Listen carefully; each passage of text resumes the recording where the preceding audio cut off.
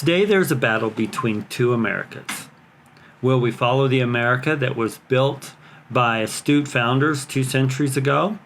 Or will we go after the America envisioned by the Marxist revolutionaries of today?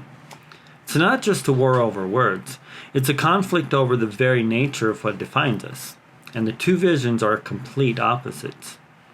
Both ideas depend on one single idea, whether or not God is real. America's founders, even the most secular of them, believed God to be very real and intimately involved in the lives of his creation. They believed that God offered a framework that religious or secular alike provided the best life possible. Marxists, on the other hand, reject the idea of God's existence and in fact view even the belief in God to be criminal. They reject any and all ideas of morality. Everything that is wrong to traditional America is right to the Marxists. And everything that is right in traditional America is wrong in Marxist America. These two Americas cannot coexist. One will emerge victorious. So everything turns on this one question: is God real or imaginary? And that is the question we'll discuss on today's edition of America versus America.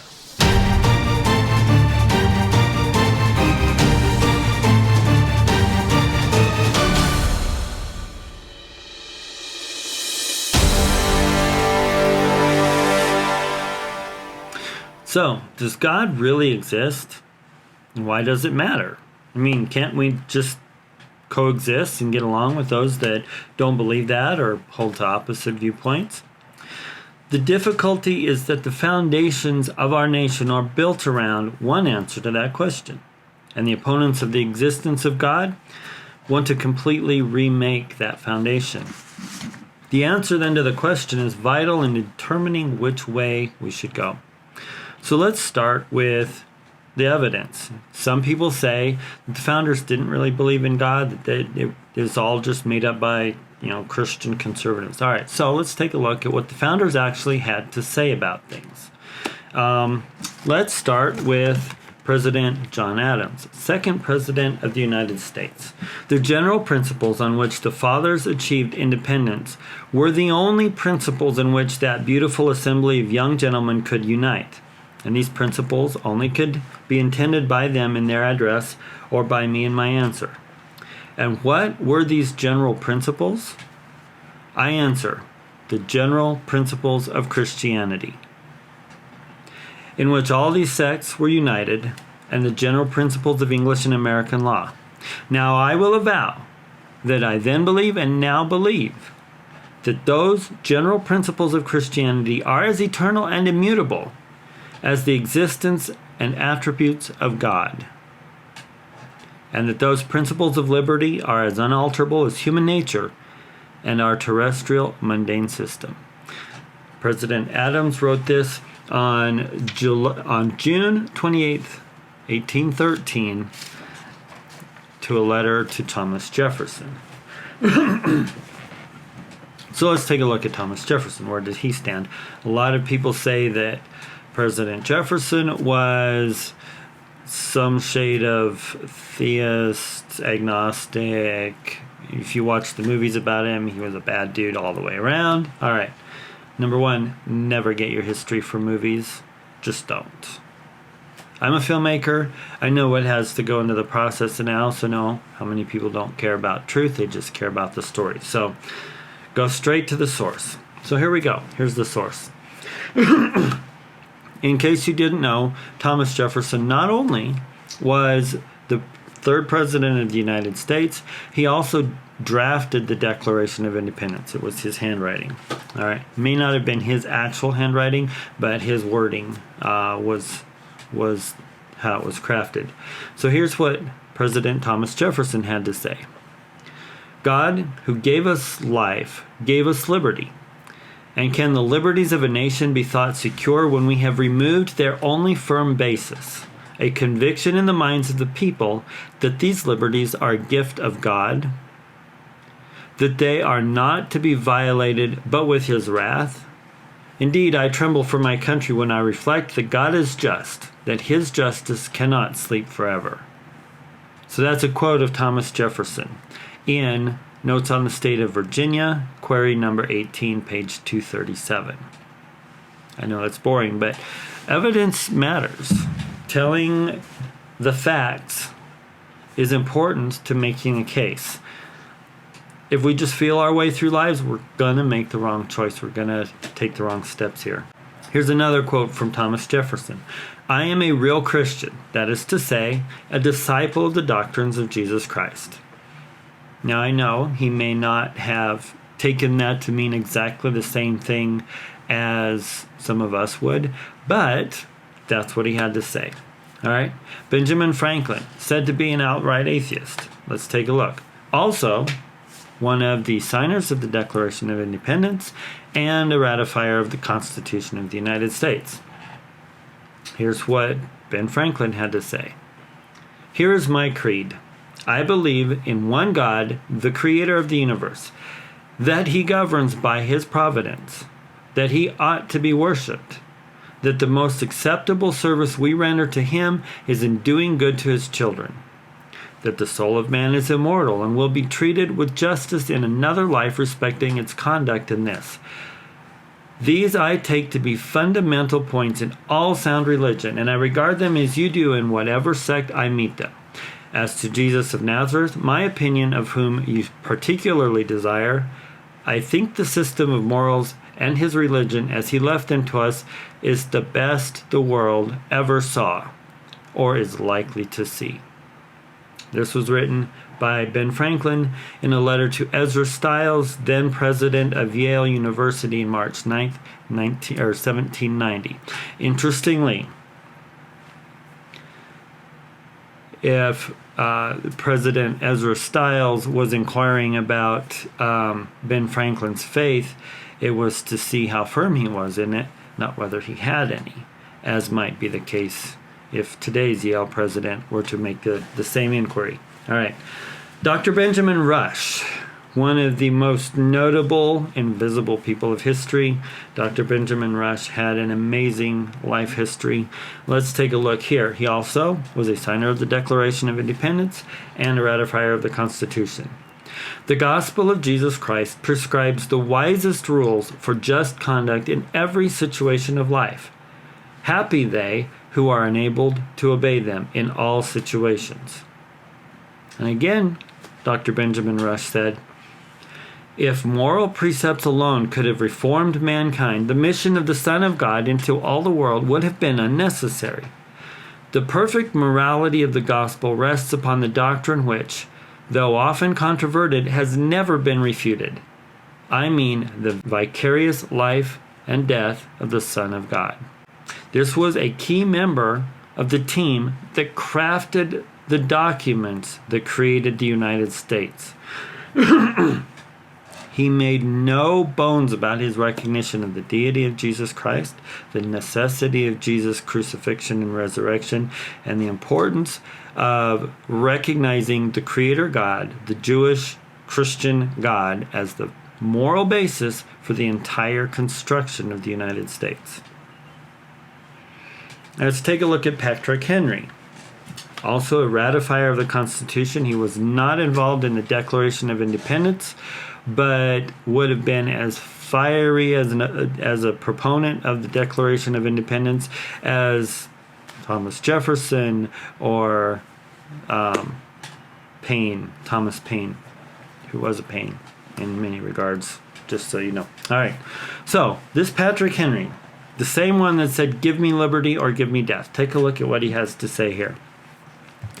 It cannot be emphasized too strongly or too often that this great nation was founded not by religionists, but by Christians, not on religions, but on the gospel of Jesus Christ. For this very reason, peoples of other faiths have been afforded asylum, prosperity, and freedom of worship here. It was written in The Trumpet Voice of Freedom, page 3. So this was a pamphlet that traveled around the country. All right? So it's very clear here that key members of the Founding Fathers were emphatic on their view that America couldn't exist as America without a deep, abiding faith in God. Not just a God, but the God who ordained the Bible and who stepped into the lives of humanity as Jesus Christ was crucified and rose from the dead. That's their view, all right? While I agree with that view, it's not incumbent upon me to put words in their mouth. It's important for us to look at who are these guys, what did they say? Let's go to the horse's mouth for information. So, then we have the matter of the Marxists. A lot of people aren't taking the current ongoing Marxist revolution seriously. They just think it's a bunch of hoodlums that need some candy so they'll go home. If it were just hoodlums when things got a little tough, they would just be going home. But they are not just ordinary hoodlums. They are Marxists. Their goal is revolution. So what do they believe? It's kind of important, right? If we're going to craft a new nation out of the ashes of the old, what's this look like? Why does it look like that? When you are going to join a cause, you got to know what is it and who's in charge. What do they believe? What's their track record? So let's take a look first at what they believe about God, and then we'll see how that matters.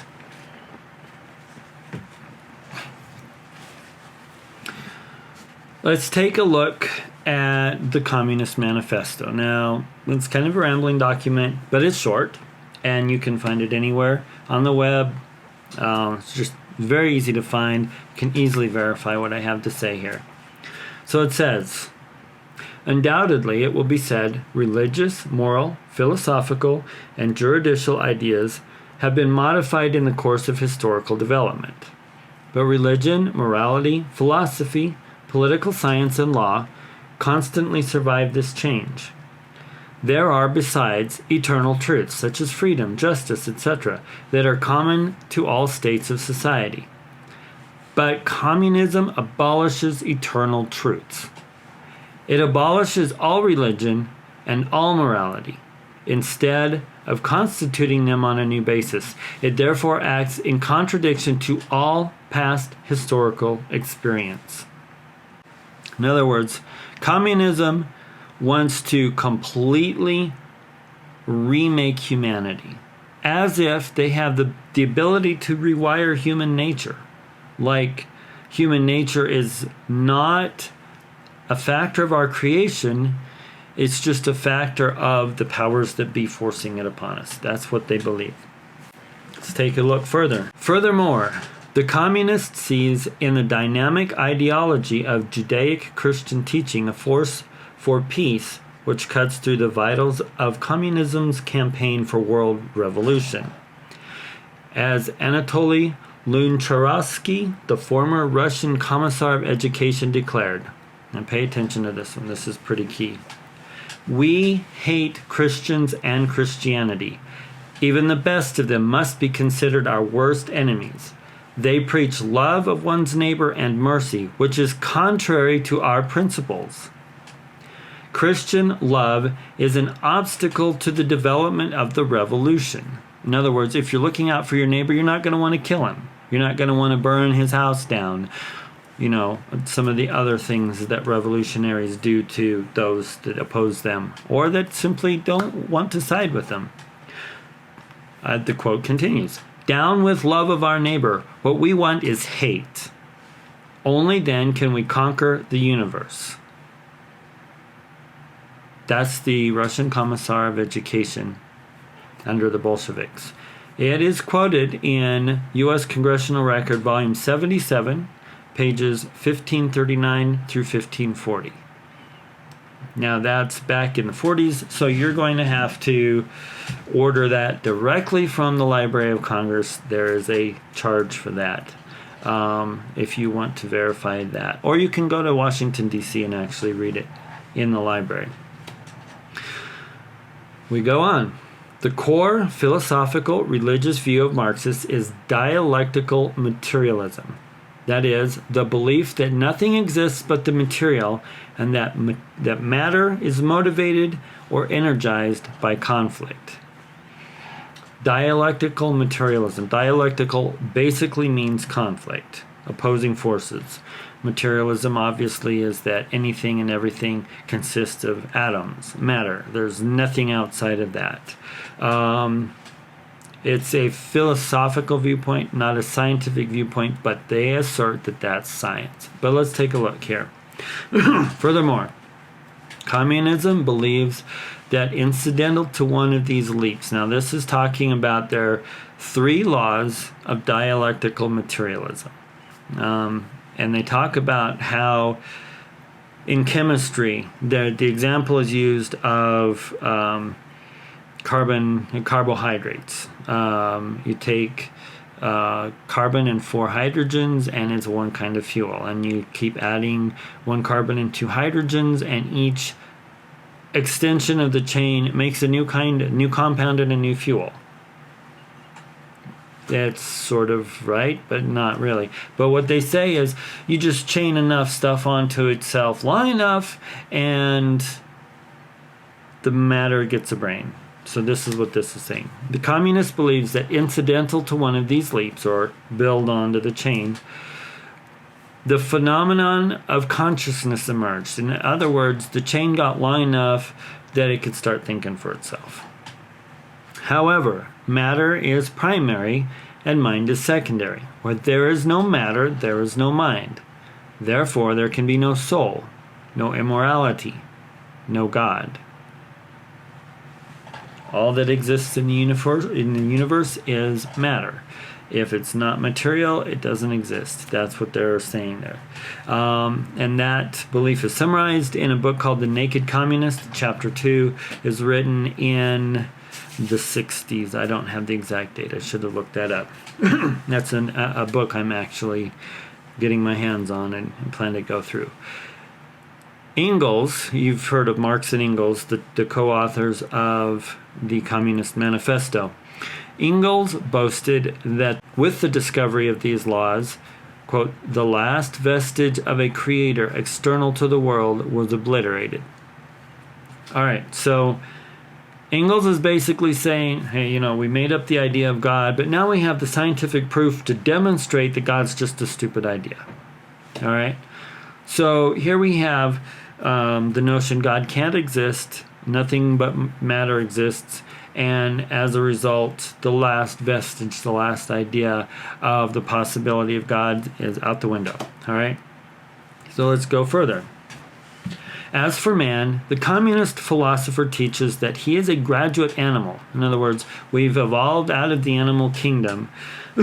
We are just another animal, but more capable or more intelligent. Sometimes that's debatable, but let's just move on here.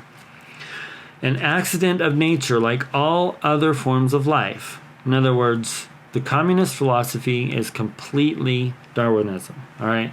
And as we go into communism more specifically in some other Marxism, we want to be clear about all that. As we go into these ideologies in more depth in some other shows, I'll show how they extend from physical Darwinism, Darwinistic evolution, into social Darwinism, which is what they consider their Marxist views to be. One is an extension of the other.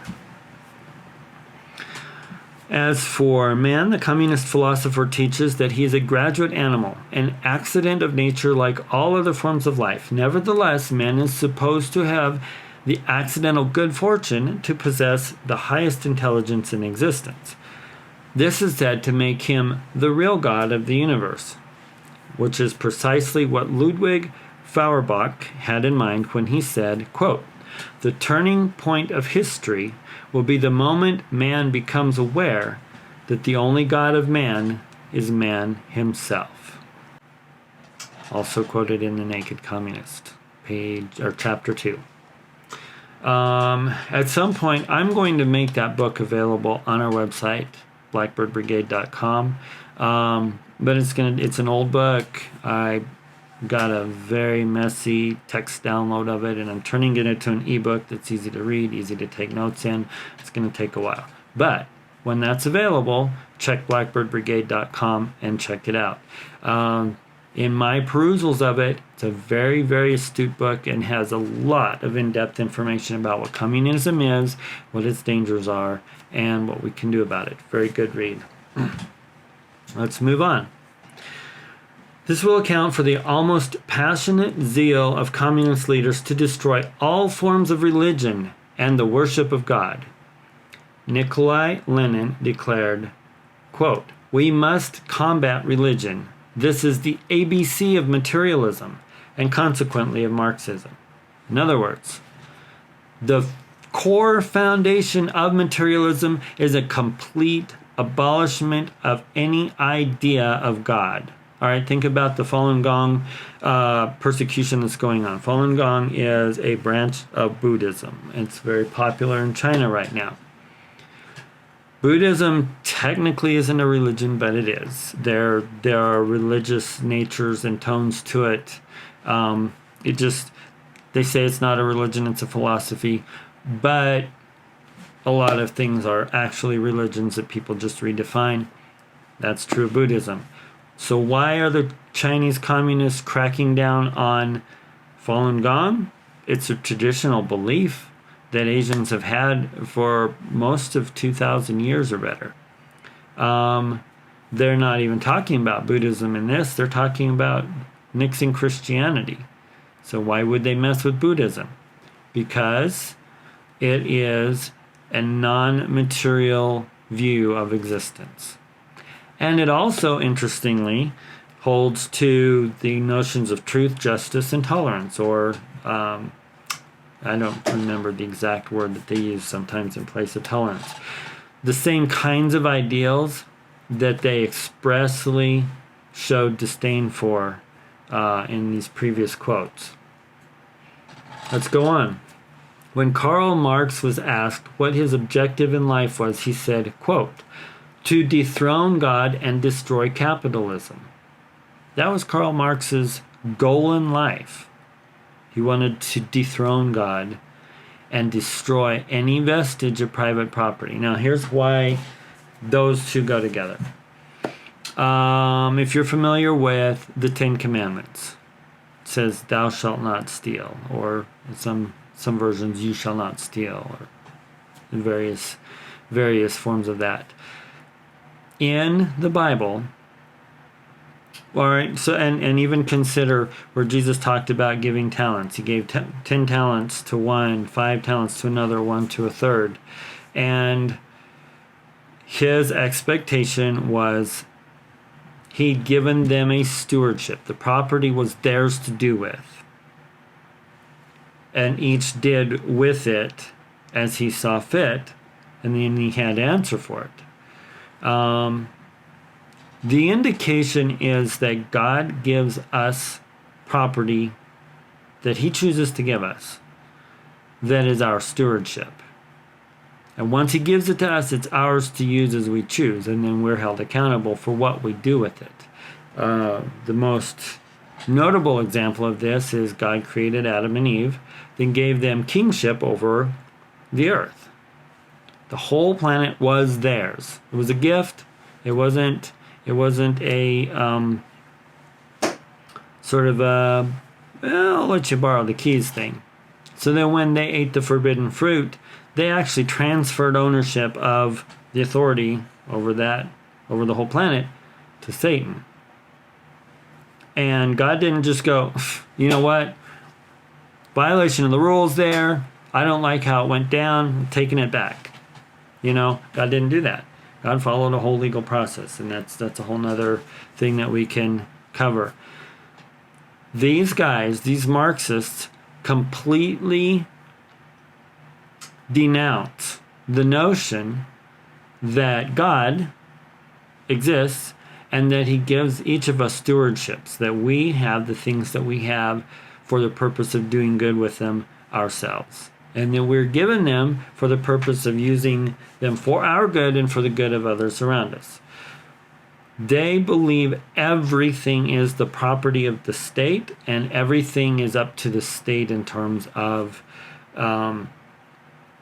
what should be done with it and what counts as good and all of that. I mean, in one place it talked about how one province of Russia right after the revolution nationalized women between 18 and 34. In other words, if you need a tractor, you requisition a tractor. If you need a truck, you requisition a truck. If you need a plow, you requisition a plow. If you need a woman, you requisition a woman. It was that bad. They treated women supposedly for the purpose of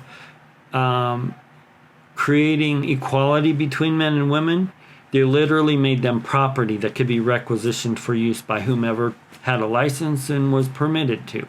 It was incredibly, incredibly horrific, especially for the women. That is the ideology behind Marxism. That's the ideology behind these guys that are igniting the revolution right now. We have to take it seriously.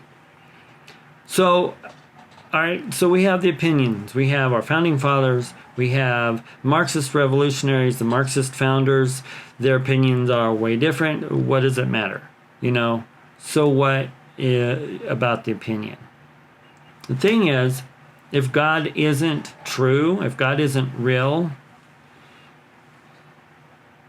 we've got nothing to go on. We have no reason or ability to stop the Marxists. That's just a fact. And they might be right, Maybe all of this morality is just a waste of time. We're just Darwinian beings and the strong survive and the weak are lunch. Maybe that's the reality, right? If God isn't real, maybe that's how it really is. But what if God is real? The thing is, I'm convinced God is real, and I can prove it with one word. And it's not even a word like supercalifragilisticexpialidocious. One word, one 3-letter word is proof that not only God exists, but it is proof of who that God is. Also, that one word will show how irrelevant evidence is to people who don't want to know what's true. The fact is, there's plenty of evidence to go around. People say, you can't prove God. This is proof enough. But it's also proof that no amount of proof will be enough for people that want to reject the truth. So, what is that word? The word is Jew. Now, I didn't sneeze. That's right. Jew. J-E-W. 3 letters. And already some of you are going, that's not proof. How can that be? You're just a Jew lover and all that business. Well, you can keep drinking your beer and flying your swastikas, But I'm going to go into that. And I'm going to go in reverse order here. I'm going to start with how evidence is not the real issue. Because if evidence is the issue for you, your first question is going to be, how is Jew proof of God's existence?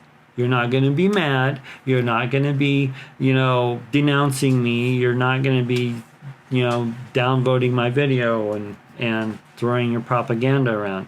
You're going to be asking me, all right, so you say this is proof. I don't get it. How? That's your first question if you're really interested in what's true. If that's not your first question, or if you haven't just jumped to go, I get it. That's proof. It makes sense to me. If either of those two aren't your answer, you're not looking for evidence. You're not looking for proof. You've already made up your mind, and you don't want to hear anything else. All right? Nothing I can do for you. But I'm going to steal away your excuses here. So let's take a look here. The evidence of the absolute reality of God's existence is so freely available and so massive. I could literally make a show every day for the next 6 months, every single day, till you're puking. Touch on a different evidence on each show and never even come close to covering them all. It's simply There's that much out there, all right? And so if you're saying there's no God, there can't be a God, it's not because there's no evidence to show it. It's not because we can't prove scientific. Proof is proof, right? You don't go into court and prove a case scientifically. You can use science on parts of the evidence.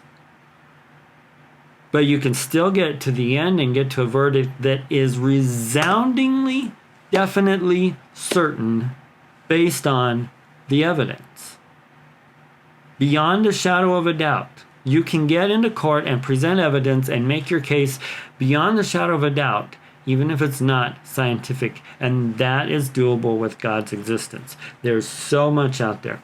There's so much proof that reasonable people throughout history who've started as enemies of God, enemies of God's idea, they've done their homework and they've come out on the other side. Everybody from St. Paul to C.S. Lewis to Lee Strobel, and there are still people to this day who started out as atheists or some other religion or whatever, and they want to know what's true, and they start digging in and they find out Jesus was a real guy, he had real divinity, and he was really executed on a cross, and he really came back from the dead, and there's a real God, and it's absolutely provable.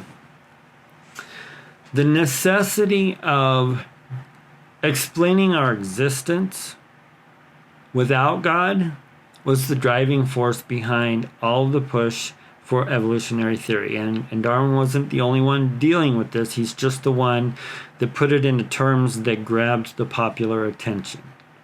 And so he's become something of a god to atheists and people that want to reject the idea and notion of God. Their need to say we got here ourselves rather than by divine appointment has been the driving force behind all of the science. So you have prominent paleontologists, for instance, who have worked laboriously for years trying to prove that there's this stream of progression in nature where protozoa, pooped out of mud soup and started crawling around and banging against each other and then banging each other and then, growing legs and growing smart alecky mouths. There are some teams that I'm pretty sure aren't too far removed from the protozoa stage. Just a side note. But they work so hard to find these intermediate species. And all they've brought, we should be expecting, with the billions of organisms that have existed and the necessity for there to be more intermediate species that aren't developed and didn't make it compared to those that did develop and did make it, there should be mountains of intermediate fossils showing that progression. Paleontologists have only brought us a handful, and almost to a one, they've proven to be hoaxes, outright frauds, misunderstandings or misrepresentations. In every case, they're using smidgens of bones. You have a skeleton with hundreds of bones in it, comprising one human or one ape or one mammalian organism. They'll find 3 or 4, and then they'll concoct this grand whatever creature or being out of these fragments that aren't anywhere close to enough to tell us anything about the organism. In Lucy's case, the components were found half a mile, if I remember, might be 2 miles from each other. How does that make a single, how do you determine that that's a single organism? Nebraska man, on closer examination, it was a single tooth. They found a tooth and built a man out of it. One guy quipped, only a paleontologist can take a tooth of a monkey and a tooth of a pig and make a monkey out of a man. I didn't want to be harsh like that, but they're desperate. They're so desperate they're doing dastardly things in order to prove their point. And yet, we have mountains of fossils of fully formed independent kinds, which strongly suggests that we were made that way, not that we just kind of bumped into each other and gradually carved ourselves out of the stone. Now, I'm a lover of science. We'll get into more of these details in other episodes where we actually delve into actual science, what science is, what science can tell us, all of these things. But right now, the question is, does God actually exist? And right now, we're talking about denying evidence. It's something that's not fixable unless you're willing to change yourself. You don't have to like the truth, but the truth can't be changed by the fact that you don't like it. I have a friend who says, the truth will set you free, but it usually ticks you off first. From personal experience, I can tell you that's true. But I usually would much rather know the truth, because at least I can deal with the truth. If it's something I don't like, I can take steps to correct or mitigate it. If I deny the truth, I'm stuck where I'm at. Can't do anything about it. Just saying there. Marxists don't debate. In a previous episode, I actually show you situations where Marxists come in and silence the opposition. They don't debate. They shout down, they silence, they even kill the opposition. They don't bring evidence to the table and make their case because they can't. They don't even believe that logic is a thing, because if you use logic, you destroy the motivation for the revolution. I mean, who wants something worse than they got? Who wants to see their family and friends killed over somebody else's ambitions? I don't think so. So don't use your brain, use your passions, use your emotion. Let's get you all stirred up and mad, and then you'll kill your neighbors. And then once you're sorry about that, it's too late. We have power and we'll just off you and you won't have to be sorry anymore. Let's just do it that way, right? Let's skip all the logic and the thought. The same is true with the word Jew. The single three-letter word at once speaks of a people so intertwined with their religion that the mere mention evokes images of kippah-covered men davening at the Wailing Wall in Jerusalem. And in the same breath, it conjures up perhaps the most vile, irrational hatreds found among humanity. In a world that shudders at the very thought of suggesting genocide, whole nations promise the complete destruction of Israel and all Jews in the world, without censure. Israel is even made to be the bad guy in a battle for existence against well-funded international terrorists. If you are somebody who holds to this irrational view of Jews and Israel, this irrational hatred, no amount of evidence is going to convince you. You'll even say the Holocaust was made up, even though it wiped out 1 out of 3 Jews in the world, not just in Europe, in the entire world. Rather than recognizing the proof that Jews offer of the existence of God and the validity of His Word,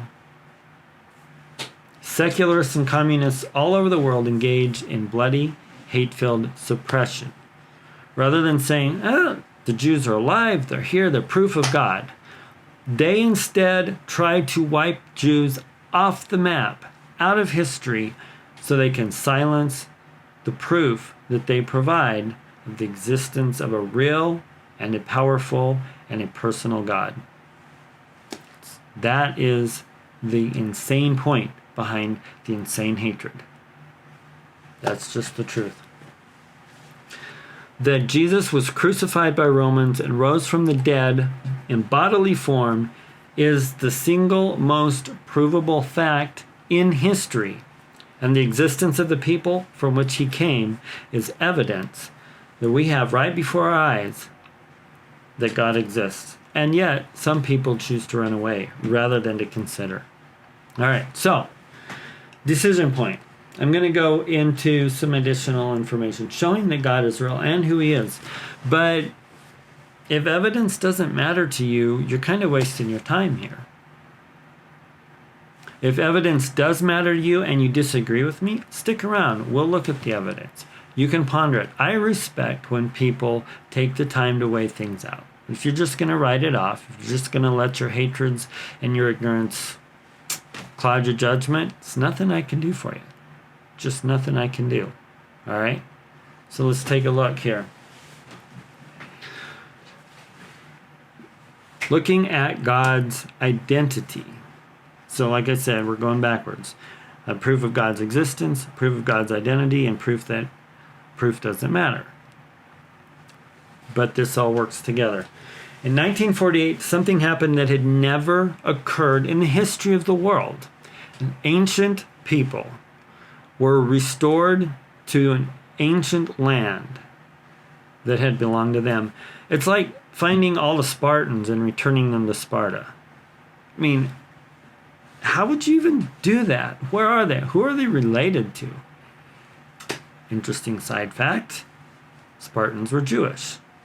But those particular part of the Jewish race has kind of disappeared and dissolved into the overall of humanity.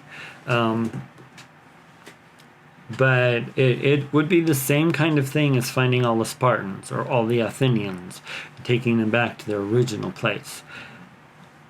It's kind of ridiculous. Or Philistines. It was the most controversial and contested aliyah ever. Nearly as soon as the Mogen David flew over Tel Aviv, Egypt attacked. Hardly had the world seen such a lopsided attack, and even more rarely has the world witnessed the weaker party so devastatingly overcoming the stronger. The Jews got over the Arab alliance the complete and total upper hand. They are today surrounded by virulently hostile neighbors. They're outnumbered, and the ability that they've had to hold their ground is miraculous. It couldn't have happened without God's help. It simply couldn't. Nobody in the world has faced that much opposition. And those who have faced opposition, even coming close to that, have been obliterated. That's how the history of the world has been. And yet the Jews are still here. Without God, how can that be? All right?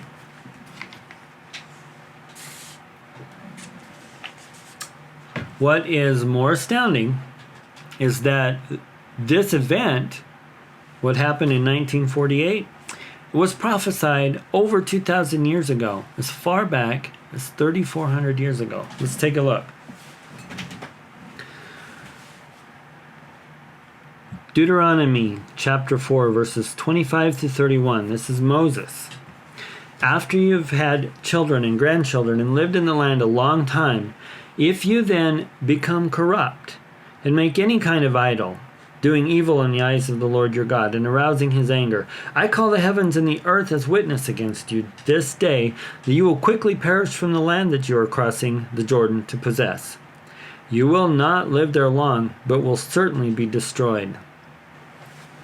The Lord will scatter you among the peoples, and only a few of you will survive among the nations to which the Lord will drive you. So the Bible describes that up through Solomon, Jews became as numerous as the stars of the sky. Now, figure of speech, yes, beyond count, using their number system. But millions upon millions upon millions of Jews inhabiting that land and surrounding areas at the time of Solomon. By the time of the Shoah, the Holocaust, there were hardly more Jews than actually left Egypt in the beginning. 20, 30 million Jews worldwide at the most. If 6 million Jews were killed, and that was 1 out of every 3 Jews in the world, that's less than 20 million Jews in the world. Entire world. A fraction of what they were just in their land during the peak, the golden era of Israel. There you will worship man-made gods of wood and stone, which cannot see or hear or eat or smell. But if from there you seek the Lord your God, you will find him, if you seek for him with all your heart and with all your soul. When you are in distress and all these things have happened to you, then in latter days you will return to the Lord your God and obey him. For the Lord your God is a merciful God. He will not abandon or destroy you, or forget the covenant with your ancestors, which he confirmed to them by an oath. Let's take another. Hosea. About 600-700 years later. Hosea chapter 3 verses 4 and 5. For the Israelites will live many days without king or prince, without sacrifice or sacred stones, without ephod or household gods. Afterward, the Israelites will return and seek the Lord their God and David their king. They will come trembling to the Lord and to his blessings in the last days. Again, let's take a look at Isaiah. A little bit before Hosea, but not much. Isaiah 11, verses 11 through 12.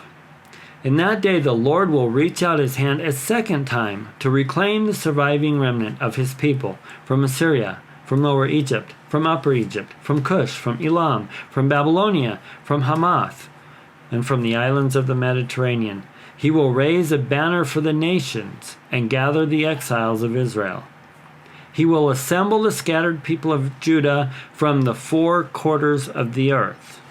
Now, these texts were taken from a book that was empirically demonstrated to have been around in present form for about 2,000 years. In other words, we have books all the way back that show that what we're looking at right now was already penned 1,800, even 1,900 years ago. Already there, these prophecies, okay? The proof is there. Nobody can fake it. No change to the projected history has been or could have been made. All the predictions are present and accounted for 2 millennia ago.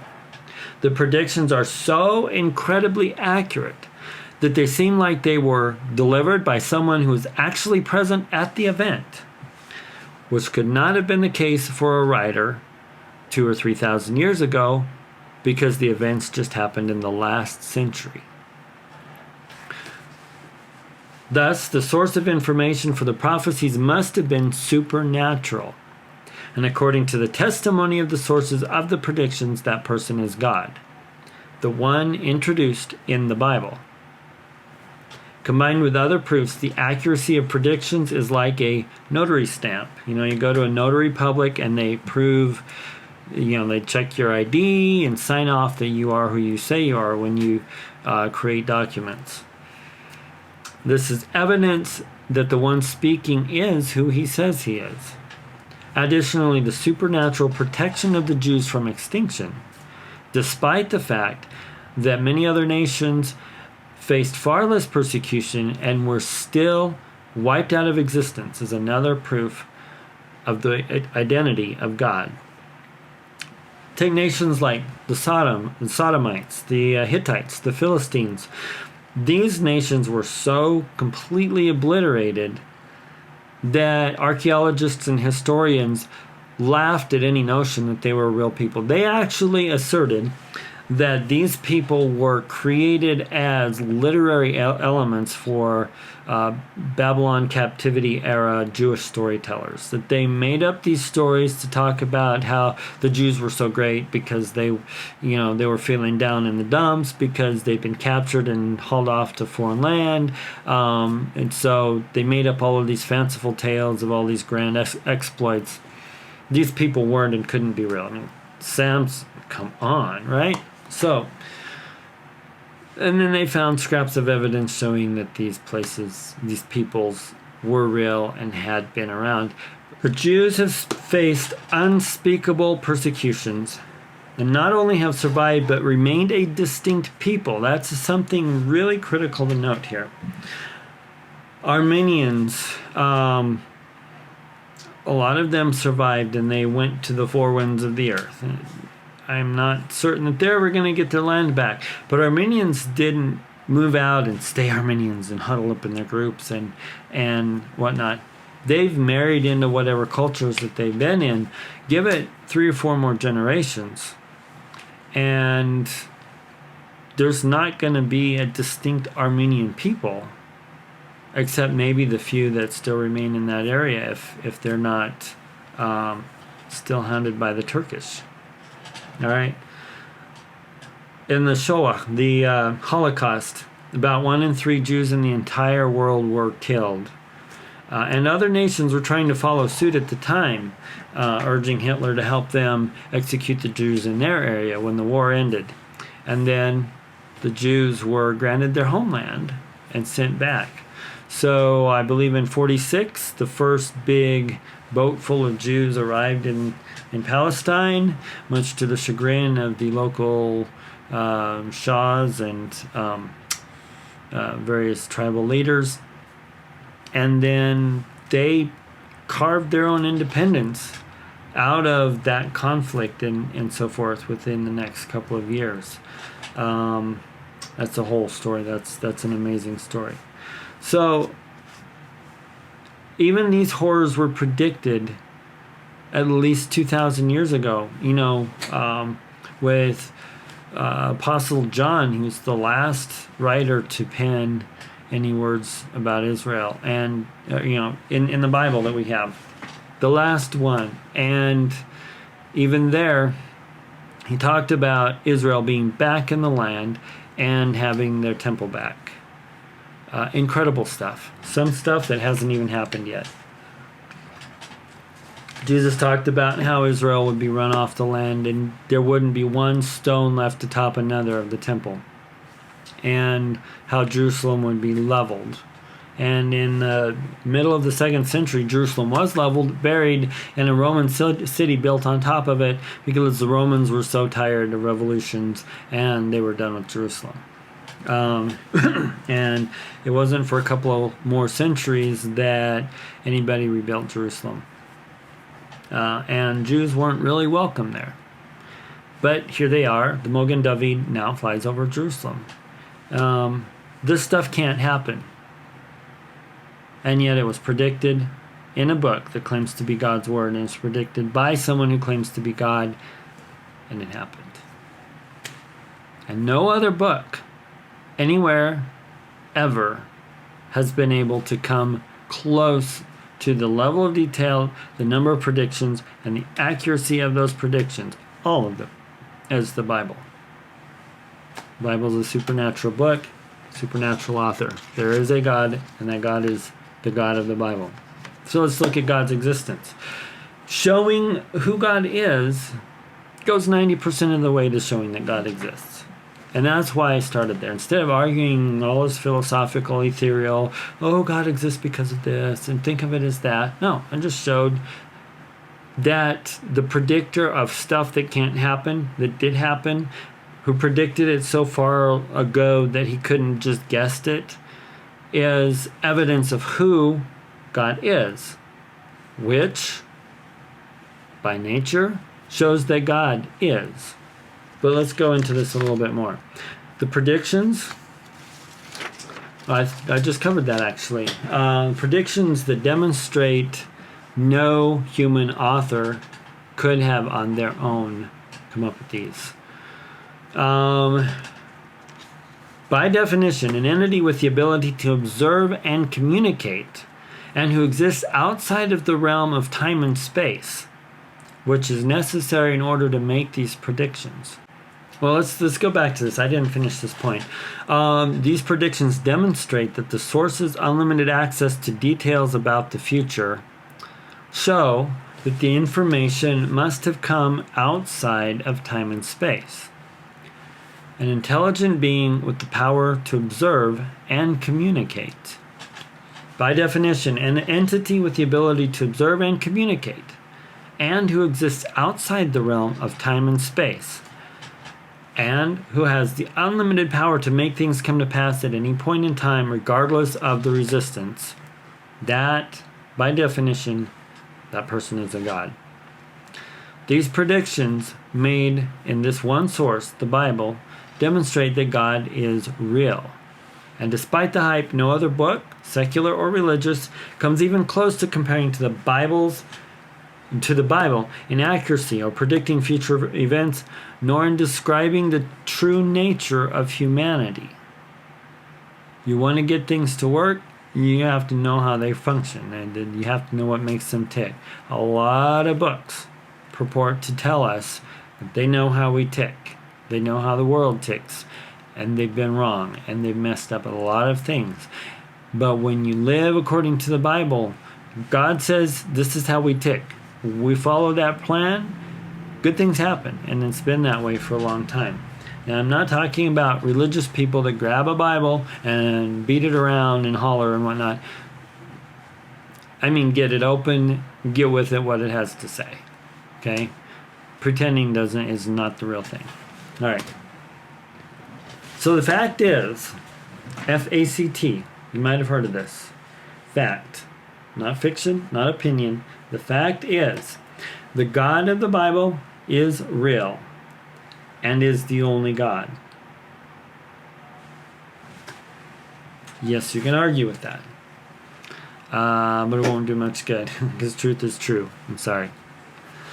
So this is way past the point of opinion. I could, like I said, could spend weeks outlining all the evidence or even just parts of the evidence until you throw up and never even come close to covering it all. John said, I suppose that even if all the ink in the, all the scrolls in the world, and if the ocean were ink, they couldn't contain all the works that Jesus did. But these things were written that you may know that you have eternal life. Well, these things were written that you may know. I'm remembering the quoting incorrectly, and I don't want to mistake it. But the idea is, John wrote the stuff that proved that Jesus is God and that you can trust him and that you can follow him and have eternal life. It's way past the point of opinion. If you're open to truth, that one proof, the word Jew, that is enough to at least get you on the track to searching the truth out. And if you know enough about Israel and Jews and the history of humanity, just hearing that word might be enough to go, yeah, you know what? That's proof enough for me. I'll buy it. There's just no other way. Okay? But you don't have to take my word for it. If you don't simply dismiss this out of hand, but you're willing to go search this out, I challenge you, dig into it. Do like Lee Strobel did. Lee Strobel was a journalist. He was an atheist, ardent, like militant atheist. He was going to prove there was no God because he wasn't going to let his wife get caught up in the hogwash of some religious cult. He was going to put a stop to it. And he did his homework, and he kept at it. And the deeper he dug, the farther in he got. He just had to face the truth. He took a long time because the more evidence he found, the less excited he was about accepting what was right in front of his nose. Okay? It's there. You can find it. The America that we love was built on the reality of God's existence. The very real God that made humanity in his image. And each and every one of us are brothers and sisters. The Bible says that God made of one blood all the nations of the earth. As a result, God who crafted us in his image, gifted us with dignity and value. Freedom is our birthright. But Marxists destroyed the very vestige of that idea. They say we are nothing but animals and that our highest good is revolution and our highest virtue is greed. They say that we own nothing, not even our bodies. They say that all is owned by the state and that every comrade is subject to the dictates of their all-powerful leader, the only one on earth with the powers of God. Who we believe and who we follow will determine the America we wind up with. We can have Gondor, or we can have Mordor, but we can't have both. Marxism urges us to shed the blood of our neighbors for their sins. If that's what's real, it's a life devoid of hope and peace. It's just not a life we want. But I urge you to choose life. Recognize that God is real, that He created a beautiful world for us to enjoy, and that the blood He shed on the cross to cover our sins makes it possible for us to live a life of light, of hope, and peace with our neighbors. Now, America needs hope, and getting back to the one true foundation that made America the place of hope for the world will bring it back. Now, I'll be referring to this video at other times as we move forward in other episodes. There will be times where I reference the existence of God, and rather than rehashing all this information, I'll just mention the one-word proof, and if you don't buy it, come check out the video. So keep this video handy, and if you have friends and family who are wondering about the existence of God, send it their way. Recognizing God is real, God made us, we're made in His image, we possess dignity and value regardless of who we are, where we came from, the color of our suntans, who our parents were, how much money we have in our pockets, any of that.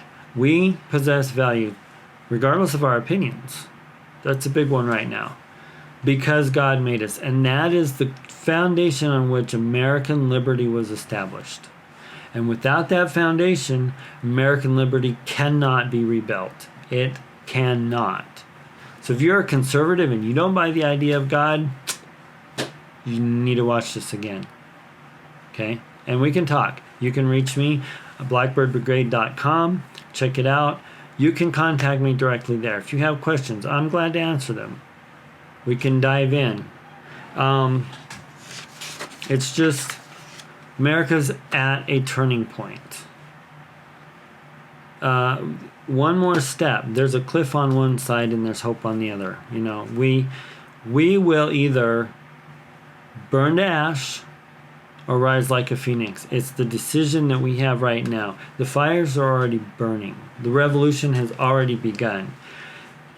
Our stance toward God has everything to do with our chance of rebuilding our country. Now, while you're at Blackbird Brigade, please click Join Up and tell me how to reach you. We're going to work to restore America, and that means being active. And knowing what to do is every bit as important as being willing to do it.